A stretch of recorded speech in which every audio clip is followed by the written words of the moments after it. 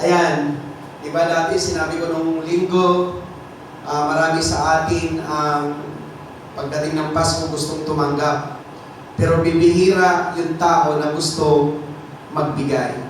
Kaya nga sabi ko nga sa inyo, sa susunod na Pasko, huwag natin i-desire na tayo ang tumanggap. I-desire natin tayo ang makapagbigay. Kasi sabi ng Bible, it is good to give than to receive.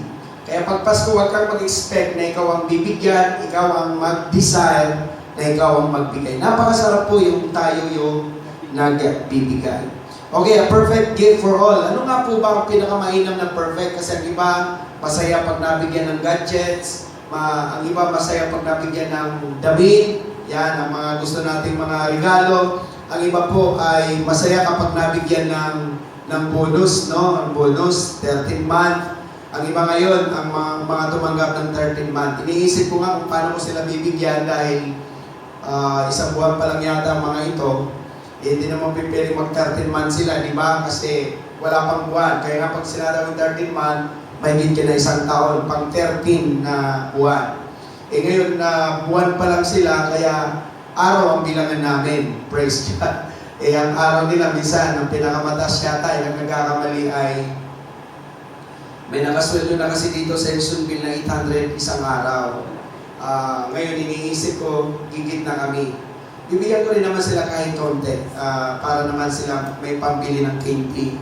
Para pagdating ng bagong taon, mga wala na silang ngipin para sama-sama tayo. No? So, 6 yan na bibigyan natin. Kaunti lang kahit kaunting pakonsuelo lang sa kanila para maramdaman naman nila na ako po, nung nagtrabaho ko sa Rapide, umabot po ako ng 6 months doon pero hindi nila ako kinusider sa 13 month kasi wala pa ako isang taon.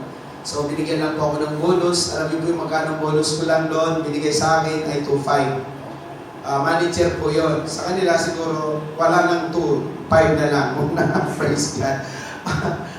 Kasi alangan mag-2.5 sila. Ako nga manager, di ba 6 months nagtrabaho, hindi ako kinusider sa bonus ko lang 2.5 lang binigay sa akin. So, ngayon pa man, God is good. Again, what is a perfect gift for all? Ano nga ba yung Kasi di ba malungkot pag walang natanggap na regalo. Tanungin mo nga ang katabi mo, may natanggap ka na ba? Ikaw ba, Laika, may natanggap ka na? Meron na si Laika. Siguro, ikaw Archie, meron na. Si Archie, medyo nakangiti. Ikaw, Mikaelo, meron ka na bang natanggap itong Pasko? Marami na. Praise God. Ayaw ko itong mga kasama kung may mga natanggap na sila. Siguro natanggap na sermon. Marami. Natatanggap na sermon. Kayo, Sister Joy, meron na Sister Joy? Meron na. Meron na ba? Ang kahapon, nakita ko siya nagpabalot. Siguro siya namigay doon sa school kasi party nila. Kami po bukas ay may Christmas party. Iniisip ko kung ano yung papabunutan ko. Nandun na po mayroong kaming electric fan, Sister Joy. Binigyan ako ng planta ng electric fan stand pan. Hindi ko na gagamitin yun. Ipaparapol ko na lang sa kanila. Maswerte kung sino ang makakabunod. Tapos may mga bibili na lang ako siguro ng ilang mga gamit. Siguro mga 3, tama na. Siguro bibili ako ng basta bahala na sila. Paparapol ko bukas kung ilan sila. 6 sila. Siguro tama yung 3 na paparapol. Maswerte yung 3 mga. Isa na doon ang electric fan, of course. Kasama ng kanilang mga bonus. Yung bonus na siguro, paggitin ko na natin, pa 500 sila. Masaya na sila siguro doon sa 500. Dahil 3 sila, 3,000 yan sa akin. 6 kasi sila, 3 dito sa Edisonville, 3 sila doon, Sister Joy. So sa akin, on my part, medyo malaki na ho yun, 3,000. Pero pang-usmilo lang yun, lang yung pambili ng medyas, 50 lang naman ang medyas, tapos at least masaya sila na. Tapos may raffle pa ako, tapos may mga games kami, naghanda na po ako doon ng mga bariya, marami na pong bariya. Winners take all, Sister Joy, para na maging masaya naman. Bali, sa susunod, i-join na lang natin. Pasisya mo na ang church. Wala mo na tayo ngayong So, winners take all. Naganda lang po ako doon ng 1,000 bariya. Magpapalaro kami kung sino makakapag-uwi ng... Makakapag-uwi tapos dahil mga unbeliever yan, papaitulutan mo sila uminom ng alak. Kaya lang hindi pwede dito sa bahay ko, of course. Kagabi, tinanay ko na video okay, Sister J dito, pwede na akong kumanta-kanta. Kaya lang doon sila magbibidyo okay sa kabila. Sa Putod, doon sila kasi pwede sila doon mag-inom. So, okay lang naman, tayo naman na Spirit Road. Walang problema, they are not yet. Hindi pa naman sila mga born again, pwede pa sila uminom. Kaya pagkatapos po noon, kainan, inuman, baka mapapanood nyo, may mga picture ako may papakita, baka si Pastor, ganito. So, it's okay. Maging ano lang tayo, maging malawak ang pananaw. Lagi na po natin tandaan yan. So again, mamaya pupunta ako sa Star Mall, bibili ako ng dadagdag natin sa trip na paparapol sa kanila. Then may papapremyo na tayo doon na winner's take all. Siguro makapag-uwi ng 1,000 bariya, di maswerte. Diba? Nasa kanila kung magaling sila maglaro. Kasi doon natin sila, kahit mga ano lang sila anim, kasi kasama yung mga asawa nila. Siyempre kung anim sila, baka abot ng 12 si Sister Joy. Kasi ang iba, may dalawang asawa, magdadalhin yung dalawang asawa. Ang iba may 5 girlfriend, dadalhin din ang 5 nilang girlfriend para mag-away-away doon. So, ano naman, kasi first time lang po itong Mineral Sister Joy magkaroon ng Christmas party. Siguro we're praying na sa darating po na tawag nito, sa darating po na taon, i-join na po natin yung church. At saka marami na po yun. Siguro mga refrigerator, mga 54 inches na TV ang paparapol na po natin. Kakayanin na po natin yan sa biyaya ng ating Panginoon. Amen? Okay, ngayon balik tayo. Ano nga ba talaga? Material ba talaga yung pinakamagandang regalo natin pwedeng matanggap sa taong ito? Sabi po ng Isaiah, sabi niya, sapagkat sa atin ay ipinanganak ang isang bata at sa atin ay binigay ang isang anak na lalaki. At ang pamamahala ay maatang sa kanyang balikat at ang kanyang pangalan ay tatawagin kamangha-mangha, tagapayo, makapangyariang Diyos, walang hanggang Ama, Pangulo ng kapayapaan. Sa English, ito po ang sabi, for a child has been born for us and the gift of a son for us. He'll take over the running of the world. His names will be Amazing Counselor, Strong God, Eternal Father, Prince of Peace. Yung kinakanta natin kanina, yun po ay yung nasa Isaiah 9:6. For unto us a child is born. Iisa-isahin po natin ngayon. Dito po mga kapatid, number 1, yung reason. Bakit isinilang si Jesus? Tingnan po natin bakit isinilang si Jesus? So the reason of perfect gift. Remember that Jesus is a perfect gift. Sabi nga po natin, perfect gift. Nabibisaya tayo. Ang pinakamainam na pwede nating matanggap sa taong ito ay yung matanggap natin si Jesus. Kahit wala tayong mga maraming pera, wala tayong mga maraming material, wala tayong maraming mga bagong damit, sapatos, wala tayong masyadong mga pera, wala tayong maraming handa, pero kung Jesus tayo sa puso, yan po ang pinakamainam na regalo. Kasi yung mga material na bagay, lumilipas yan, nauubos yan, nawawala yan. Pero si Jesus, na matanggap natin sa taong ito, ay pinakamainam yan. Amen? So, alam niyo na po, ang perfect gift na mayroon tayo ay si Jesus. So, sino po ang recipient? Tingnan po natin. Number 1, yung recipient po, yung reason, bakit si Jesus isinilang. Sabi niya, a child, asa na tayo? Reason, perfect gift. A child is born. Sabi ng Bible, a child is born to us. So sabi ng Bible, isinilang ang bata sa atin. Sabi nga ninyo, to us.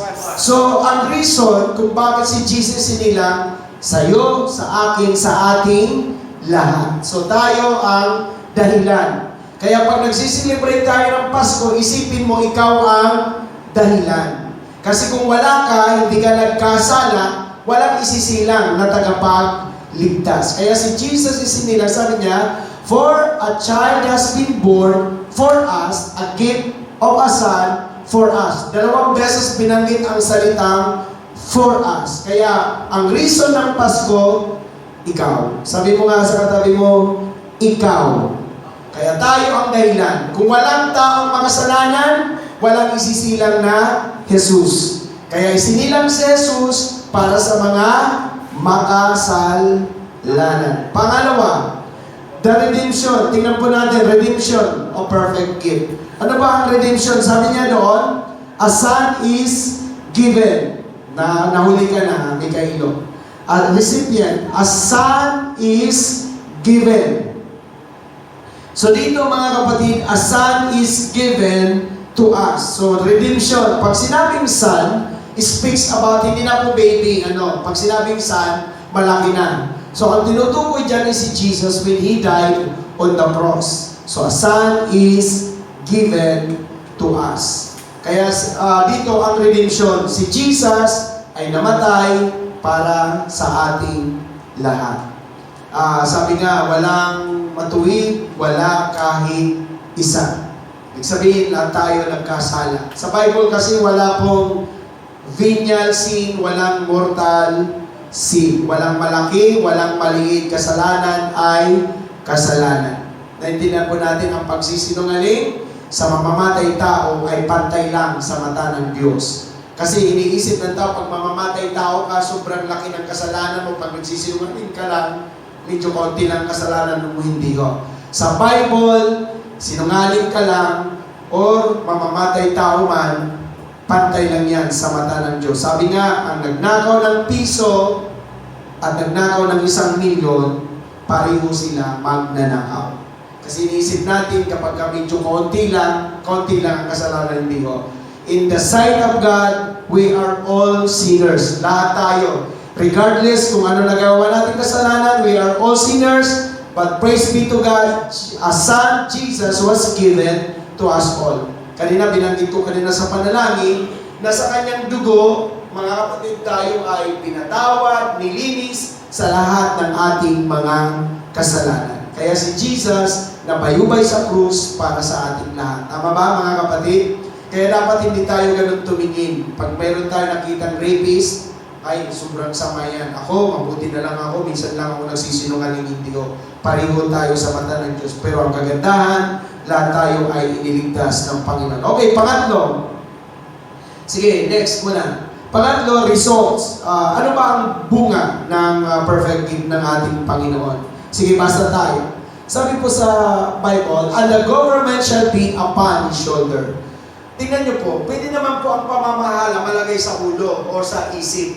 Pero bakit shoulder ang binanggit? Pwede naman, and the government shall be upon his mind. Pwede po yun. A government shall be upon his heart. Pwede yun. Tama ba, Archie? Praise God. Pero bakit sinabi, the government shall be upon his shoulder? Kasi ang tinutukoy yung cross. Tama? Ang dapat nga mamatay, hindi si Jesus kasi si Jesus perfect. Ang dapat mamatay ako Kasi ako nagkasala, ako ang nagkamali, ako ang marumi sa mata ng Diyos, ako ang dapat patayin sa krus. Pero dahil sa pagmamahal ng Diyos, siya ang namatay para sa atin. Tama ba? So, upon his shoulder, ang tinutukoy po doon yung cross, na dapat tayo ang magpapasa ng sarili nating cross, si Jesus ang nagbuhat ng ating cross. Kaya hindi na tayo hindi na tayo parurusahan, hindi na tayo magbubuhat ng sarili nating cross. Kaya pag mahal na araw, huwag kayo magbubuhat ng cross, no? Dahil ang sabi ko nga, yung mga nagpapapako dito sa Pampanga, kasi sikat ang Pampanga pagdating dyan sa mga paku-pakuan na yan. Praise God. Ang iba nagpapapako, nakasanitize pa yung concrete nail, talaga naka-alcohol pa, tapos kasi para hindi mamatay. Sabi ko, kung gusto na lang talaga gayahin si Jesus, alam niyo po, ang lahat ng mga nagpapasa ng cross, hindi bababa sa cross na buhay, dapat pinapatay. Kasi si Jesus, hindi bumaba sa cross na buhay. Siya po ay bumaba na patay. Kaya kung ikaw siya gusto mo magbuhat ng cross, at nagsusugat ka pa sa likod, nagpapalo ka ng ganyan. At dito, ang daming mga papuntang Tarlac, ang daming mga nagpapalo sa sarili. Sa Bible, hindi si Jesus ang pumalo sa sarili niya Iba ang pumapalo sa kanya. Kaya dapat yung mga nagsusugat sa likod, yung hindi siya ang papalo sa sarili niya. Kasi makikita mo kung sino nagpapalo sa sarili niya, siya.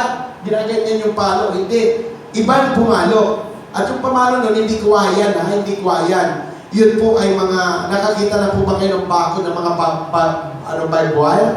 Yun ang dapat yung ipalo para medyo madala yung mga ano. So again, lahat po ng mga nagpapapako sa krus, hindi sila bababa na buhay. Kaya kung gusto nyo, huwag kang bababa na buhay. Kaya nga dapat dito sa Pampanga, yung sikat na yun eh. Hallelujah.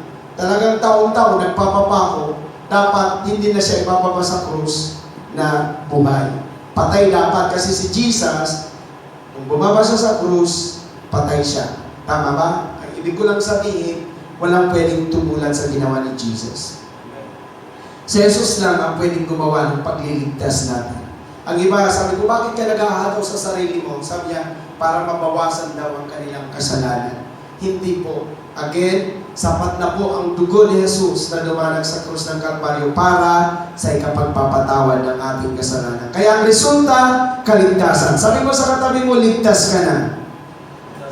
Ano man ang ating mga nagawa dati? Ano man yung ating mga nagawang kasalanan dati? Wala na yun. Mga kapatid, forget everything. Kung siya dati babaero, ngayon na Kristyano na siya, huwag mo nang isipin babaero, dati niya yun. Tama? O ano man ang ating mga ginagawa dati, forget the past. Kasi pagka nagpatawad si Lord, sabi ng Bible, itatapon niya raw ang kasalanan mo sa pinakamalalim na dagat. And He will remember your sin no more. Hindi na si Lord. Ang tao lang naman ang mag-asawa, di ba? Mag-aaway, tapos magpapatawaran. Pag nag-away uli, hahalungkatin na naman yung mga nakaraan, lahat na naman. Tapos magkakasundo na naman. Pag nag-away uli, hahalungkatin mo na naman yung mula simula hanggang lahat. Alam niyo po kung sino lang ang hindi nakakalimot ng kasalanan? Tao. Pero ang Diyos, pag pinatawad ka, wala na siyang tatandaan na ginawa mo dati. He will forget everything. Tama? Mga asawang babae na matatandaan yan. 10 na inyong anak, 40 years na kayo nagsama, tandang-tanda niya ang lahat ng mali mo mula nang magsama kayo. Maniwala kayo. Di ba, Sister Joy, tandang-tanda?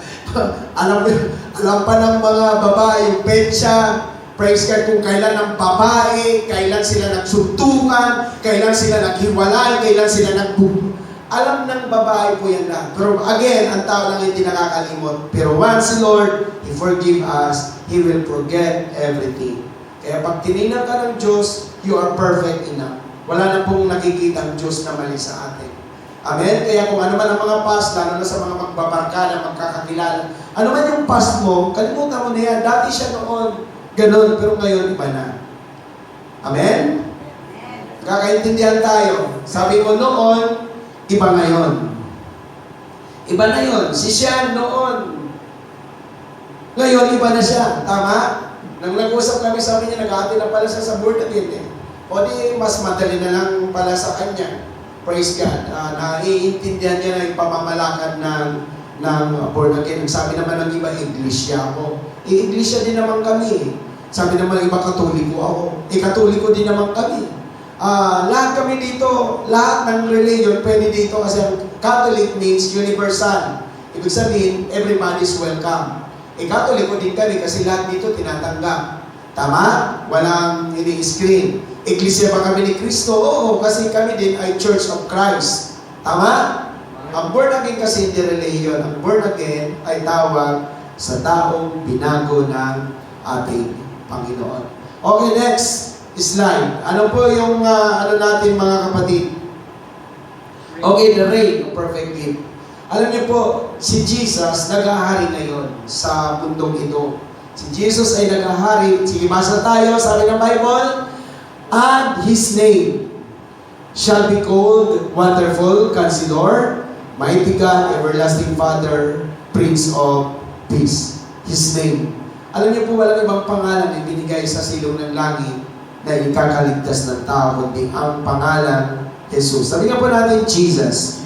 So Jesus lang. Well, hindi religion ang nagligtas sa atin. Ang nagligtas sa atin ay si Jesus. Si Jesus lang ang pwedeng magligtas sa atin. At ang pangalan ni Jesus, mga kapatid, makapangyarihan yan. And that name, every knee shall bow. Kaya di ba pag sinasabing, pag may problema ka, tawag ka lang Jesus.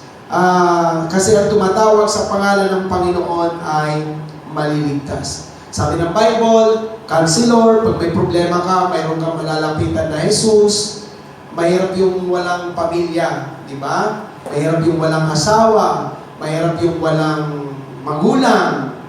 Bakit? Kasi wala kang crying shoulder na maiiyakan. Kapag tinanong ko nga si MJ, ako practical ako magtanong eh. Kung aalisan, tatanggalin kita MJ dito sa hydraulics. Mayroon ka bang trabaho na pwedeng pasukan na iba? Kasi magtatanggal ako ng mga hindi maayos eh. Kasi para pagpasok ng 2025, makapili naman ako ng medyo maayos-ayos. Sabi niya wala na daw siyang mapapasukan. So, hindi ko alam kung saan ko siya ilalagay. Meron pang isa na hindi maayos eh. Kailangan ano natin kasi ayoko yung pasaway. Number one, ayoko yung pasaway. Sabi nga ni MJ, ang mabait pala ng mga tawa mo sa Insonville. Mababait talaga mga yan. Kasi hindi sila pipede. Ang isa, tinanggal ko na kahit gwapo siya. Kasi akala nila pag gwapo, ay hindi kami tatanggalin. Hindi, kahit gwapo ka kung medyo hindi ka maayos magtrabaho. Kasi kailangan sa trabaho na pinapasukan namin, marunong sila magpahalaga sa customer. Number one yan. Kasi customer ang nagbibigay sa amin ng buhay. Kailangan pahalagahan nila. Sabi ko sa kanila, pag pinick up ang galon, hindi lalampas ang 2 oras kailangan i-deliver. And yung pipick upin ang galon ng umaga, i-deliver ng gabi. Kasi patay na lahat ang dideliveran, wala nang nainom na tubig. Kasi hapon na. So kailangan marunong sila magpahalaga. Pangalawa, dapat mahal nila ang kumpanya. Mahal nila yung hydraulics kasi doon sila kumukuha ng sweldo eh. Eh kung pababayaan nila ang hydraulics, eh magsasara yan. Pag nagsara, wala kami lahat. Walang trabaho ang lahat. Kaya nga, mahalaga, mga kapatid, na tayo ay may mapupuntahan. Kaya mahirap ang walang pamilya. Di ba nung last Sunday, sabi ko nga, napakapalad ninyo kung may nanay ka pa, may papa ka pa. Ang daming family broken. Ang hirap ng broken family. Ang mama mo may asawang iba. Ang papa mo may asawang iba. Ikaw, saan ka pupunta? Kay mama mo, kay papa mo, hindi mo alam. Kasi broken family. Hindi iniisip kasi ng mga mag-asawa na pag naghiwalay sila, affected anak. Ang mahihirapan anak.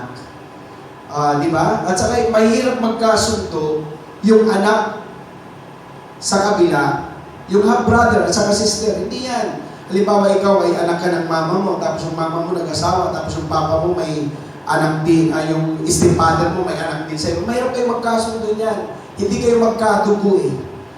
Talagang mahirapan. Pero again, sabi ng Bible, may counselor tayo. Kung anytime na may problema ka, may Kristo tayo pwedeng tawagan. Tama? Malitin ko, maraming magpapasko na walang pamilya. Maraming broken family. Ang hirap. Kaya nga, ang ibang ginagawa na lang ng iba ay magliwaliw na lang kasi walang pamilya.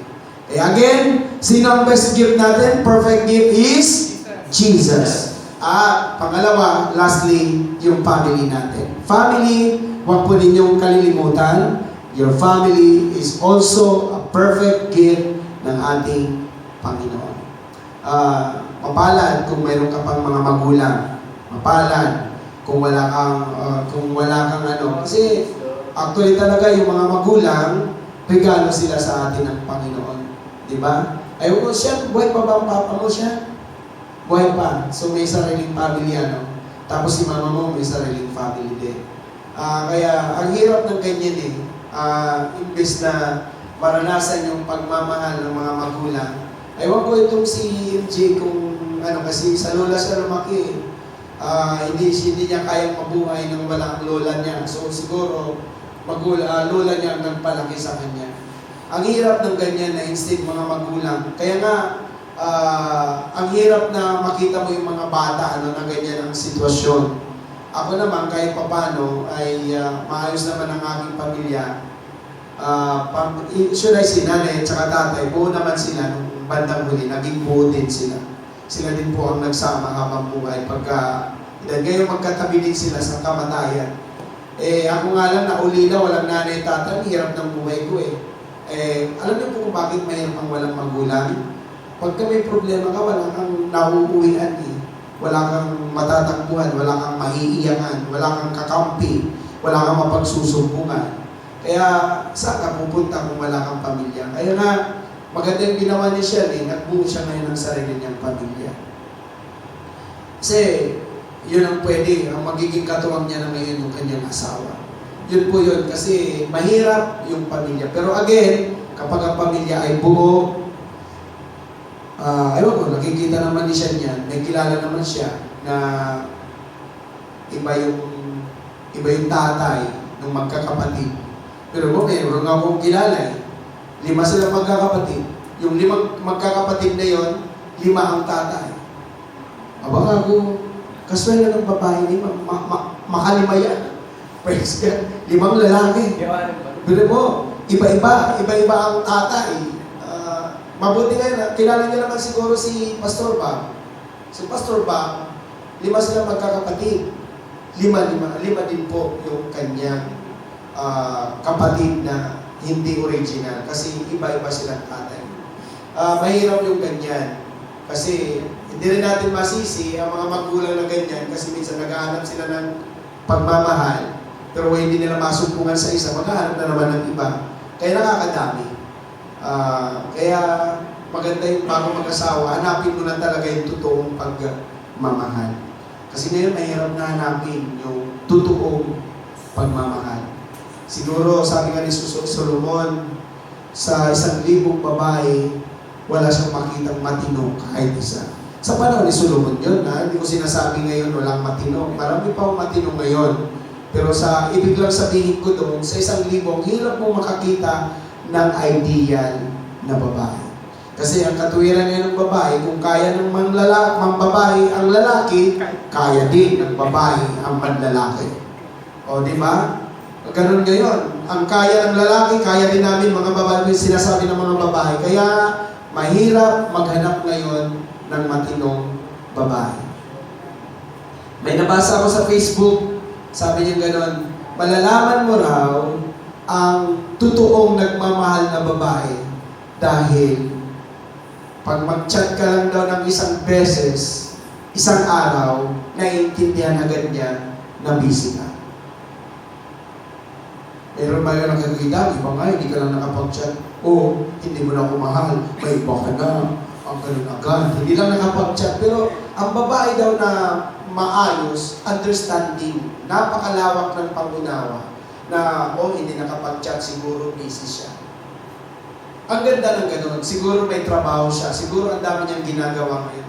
Hindi yung pag sinabi mo, pasensya ka na, hindi ako nakapag-chat sa'yo. O sige, magtrabaho ka na lang. Hiwalay na tayo. O ba, pinamili agad. So, ang mahirap maghanap ngayon, Sister Joy, na mapapangasawa na maayos. Ang sarap ng understanding mo. Kasi dati yung asawa ko, pagod, puyat, gutom. Ang isa sa lubog sa aking away. Nakalista na lahat ng tanong niya. Bakit kinabiga? Hindi mo na ba ako mahal? Hindi na ba mahalaga ako sa iyo? Paano niluto ko? So, hanap kayo ng mapapangasawa na very napakahalagang understanding. At saka, pipili kayo yung may tiwala sa iyo. Pag ang kapartner mo, walang tiwala, away lagi yan. Ang iyong tindahan. Away lagi yan. Pero pag may tiwala yan, maniwala ka, hindi yan magsiselos, hindi yan magtatanong, hindi yan magdududa, kasi may tiwala sa iyo. Amen? Yun, kita mo Sister Joy. Sister Joy, may tiwala yun, may Brother Roque. Siya lang yung nakita ko kay Sister Joy. Kasi ako po, nag-uusap ako sa kanila, kahit ako pinapakain nila akong libre, nakikiusyoso din ako sa kanila. Si Brother Roque, may mga kausap yan, may kakol yan, may parang call center yan, nakikita ko na dyan. Pero hindi man lamang inuusisa ni Sister Joy kung sino yung kausap. Sabi ko matindi pagtitiwala ni Sister Joy. Kasi sa ibang babae yan, pag may tumawag, Nino yan, Nino yan, Nino yan, Nino yan. Talaga, bota, magpati-pati na lang. Praise God. Hallelujah. Pero si Sister Joy, believe ako. I don't know kung napapansin si Sister Joy. Tuwing makikita ko si Brother Roque nasa labas, may kausap si Sister Joy eh. Call pa yun ha, video call pa minsan niya, or call, basta call, nakikita na may ka-call. Hindi na lamang tinanong yung Sister Joy, sino ba yan, baby love? Sino ba yung kausap? Hindi. Ibig sabihin na, may tiwala siya. May tiwala siya sa kanyang asawa. Actually talaga, napakahalaga sa isang relasyon yung tiwala. Kasi, saan ba nabubuo ang tiwala? Alam mo na hindi kayo pagpapalit. Kaya nga sabi ko sa mga babae, sa mga nag-advise at sa mga dalaga, para magtiwala sa inyo ang lalaki, kailangan ikaw ang pinaka-the best sa kanilang lahat. Yung tipong, halimbawa tulad kay Laika. Paano ka, Laika, magkakaroon ng tiwala kay Mikailo? Yung tipong kahit maghanap si Mikailo ng 100 babae, si Laika pa rin ang pinakamabait sa lahat. Si Laika pa rin ang pinaka-understanding sa lahat. Si Laika pa rin ang pinakamapagsilbi sa lahat. Kahit maghanap niya si Mikailo, wala makikita ang Laika. O ngayon, alam mo ikaw ang pinaka-nabi sa lahat, magsisilos ka pa ba sa walang kwenta? Hindi. Magsilos ka kung ikaw yung pinaka-walang kwenta, mayroong makitang the best yan. Tama? Pero if you know to yourselves that you are the best among, ay wala ka dapat ihabol-habol. Kaya nga ako, sinabi ko doon sa asawa ko dati, wala ka nang makikita ang katulad ko. Iisa lang ako. Okay. Ngayon, Sister Joy, wala talaga siyang makita. Pero mo, nagkaanak kami. Kung ngayon, yung kanyang kasama, Sister Joy, 7 years na, magtitin na siguro sila magkasama, hindi pa mabuntis siya. O sabi ko, iba yung dating namin, iba yung dating mga Bisaya. Praise God. Magdamag lang yan, pwede na namin mabuntis. Tama, Sister Joy.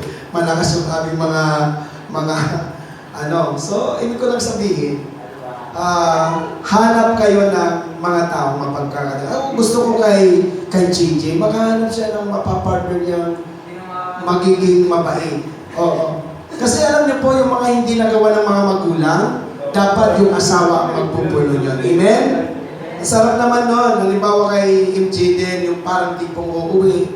O, Ben, magbihis ka na, ito na yung damit mo, may tuwalya doon, kinapos ka ng konti. Yung pagbangon, o Ben, nandiyan na yung almusal, nakatimpla na yung kape, nakahanda na yung tuwalya, nakahanda na yung brief, maliligo ka na ng mainit na, nagpakulo na ng tubig para hindi ka malamig.